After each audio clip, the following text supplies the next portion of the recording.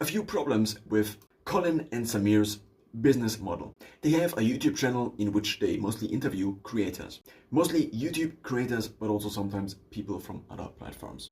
I've watched this channel over the last years, and because I try to stay away from the YouTube recommendations, I have to search for that channel in order to see whether they uploaded a video. So I searched a couple of times in the last years. I would say 9 out of 10 times, or maybe even more, this search returned in nothing, because they didn't post. What I want to say with this is that the posting frequency is quite low. Every now and then they seem to try to do a short, but often these are promotions. So left are the main videos. Simplified, a main video could be modeled as following.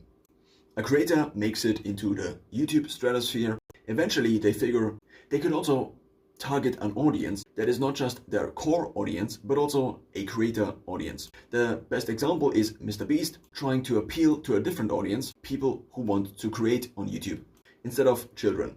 So MrBeast decides to now take some of his trade secrets and publish them on Colin and Samir. And this already is kind of the explanation, I think, for why this business model at least has some problems. So A, they are reliant on somebody else bursting onto the scene. B, they are reliant that there is an interest in that person. Often, for example, I don't know many of the creators that come on because, well, I only know the creators I actually watch. So basically there is already a filter. If I follow Colin and Samir, then I also need to know about this person, because otherwise I'm usually not that interested. So Colin and Samir themselves, of course, also can be interesting. But now compared to the YouTube star they have on, what they are saying is way less interesting. I coined this already, at least mentally for myself, the podcast interviewer problem.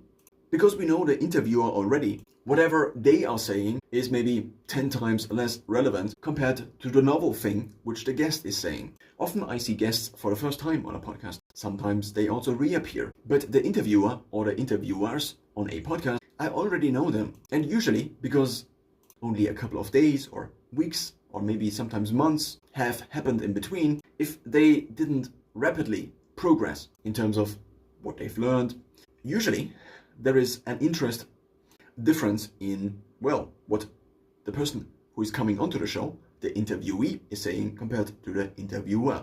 So potentially trying to solve this problem, Colin and Samir in the past tried to split off a show. They had a couple of times a podcast in which they themselves talked about things without external guests or without focusing on one creator. But they oscillated between basically having a main channel on which they then also posted this, and a second channel or a podcast channel, and then again merging those